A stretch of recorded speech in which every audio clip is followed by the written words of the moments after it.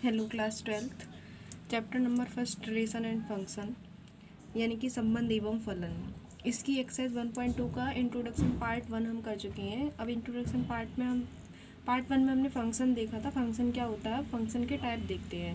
पहला टाइप है one one को हिंदी में एक एक ही बोलते हैं। अब वन किसको बोलते हैं, वन यानी कि एक की इमेज एक पर ही जाए। जैसे 1 की इमेज ए पर जा रही है, 2 की इमेज बी पर जा रही है, 3 की इमेज डी पर जा रही है, 4 की इमेज सी पर जा रही है। तो वन यानी कि एक की इमेज एक पर ही जाए, ठीक है। इसको इंजेक्टिव भी बोलते हैं, यानी कि एक की इमेज एक पर ही जाए, वो वन होता है।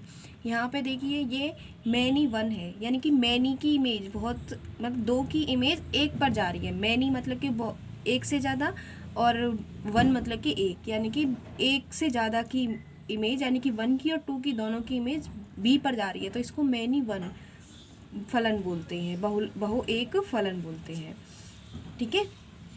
तो अब हम यहाँ पर फलनों के टाइप पढ़ते हैं। तो पहला टाइप आता है वन टाइप।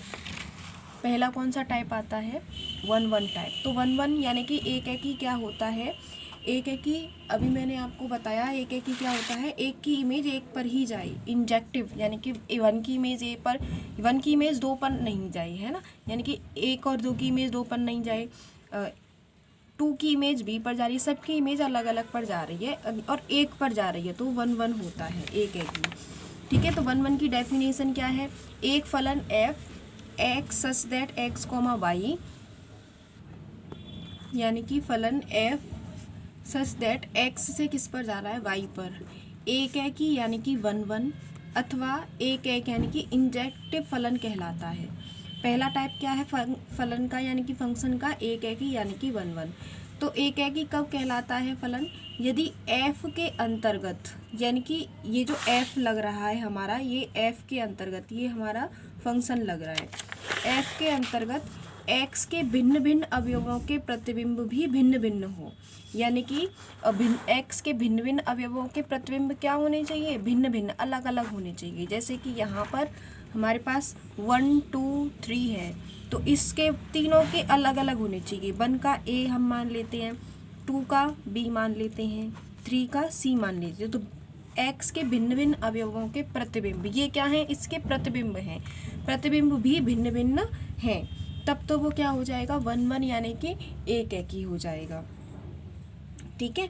तो for every x comma x2 belong कर रहा है एक्स में, यानी कि 1 और 2 बिलोंग कर रहा है एक्स में, के लिए एफ x1 और एफ x2, यानी कि अब जो रिजल्ट आ रहा है, ये जैसे ए और बी है ना, कि जो रिजल्ट आ रहा है एफ x1 और एफ x2 का तात्पर्य है कि x1 बराबर x2, यानी कि अगर 2 एलिमेंट हैं और उनका एफ x1 और एफ x2 एक जैसा आ रहा है, तो वन होने के लिए x1 और x2 को बराबर होना पड़ेगा, क्योंकि अगर ये अलग अलग हो गए तो बाई में एक ही एलिमेंट की 2 इमेज आ जाएंगी। तो लेकिन ऐसा तो नहीं हो सकता, एक की इमेज एक ही होनी चाहिए, ठीक है। तो x1 बराबर x2, एफ x1 और एफ x2 का तात्पर्य है कि x1 बराबर है x2 के। अगर एफ x1 हमारा जो रिजल्ट आ रहा है वो दोनों इक्वल है, तो इसका मतलब ये है कि x1 और x2 भी आपस में इक्वल है, अन्यथा एफ एक ही फलन है।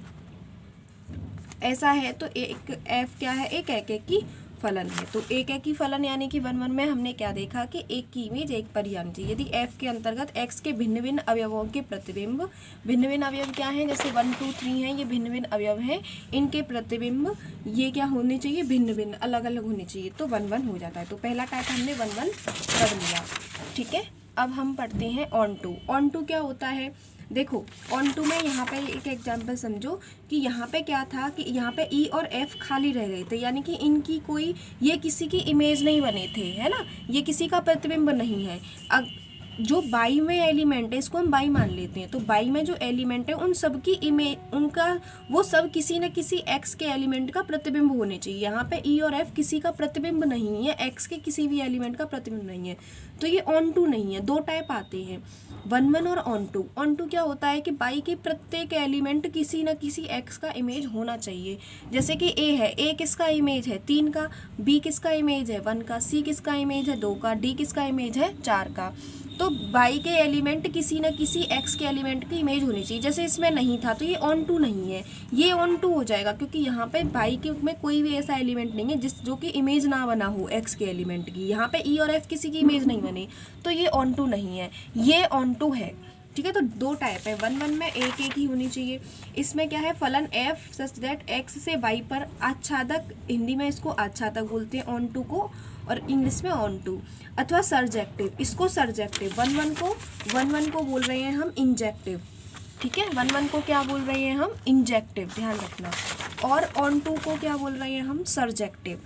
f सच दैट x से y पर आच्छादक, ऑन टू या सर्जेक्टिव, तीन नाम ध्यान रखने हैं। ऑन टू, आच्छादक और सर्जेक्टिव कहलाता है यदि f के अंतर्गत बाई का प्रत्येक अवयव, f यानी कि जो हमारा फंक्शन लग रहा है ना, f के अंतर्गत बाई का प्रत्येक अवयव x के किसी न किसी अवयव का प्रतिबिंब होता है। यानी कि बाई का प्रत्येक अवयव x के किसी न किसी अवयव का प्रतिबिंब होता है। जैसे कि यहाँ पे देख लो, बाई का प्रत्येक अवयव a b c d x के किसी न किसी अवयव का प्रतिबिंब है, लेकिन इसमें e और f बच गए थे, ये किसी का प्रतिबिंब नहीं बन रहे थे, तो इस वजह से ये ऑन टू नहीं है, ये वाला ऑन टू है। यानी कि बाई का प्रत्येक अवयव x के किसी न किसी अवयव का प्रतिबिंब होता है। ठीक है, तो वो क्या कहलाता है हमारा, ऑन टू यानी कि सर्जेक्टिव। ठीक है, अर्थात प्रत्येक बाई बिलोंग कर रहा है बाई में, है ना, के लिए x में एक ऐसे अवयव x का अस्तित्व हो जहाँ पे हम fx लगा रहे हैं तो हमें बाई मिल जाए, है ना, प्रत्येक अवयव के लिए। तो एक नोट करके ये लिखना है, f सच दैट x से बाई पर एक आच्छादक या ऑन टू फलन होगा यदि और केवल यदि f का परिसर रेंज यानी कि जो y होगा, बाई और रेंज अलग अलग होते हैं ना, तो रेंज बराबर बाई आ जाना चाहिए, है ना।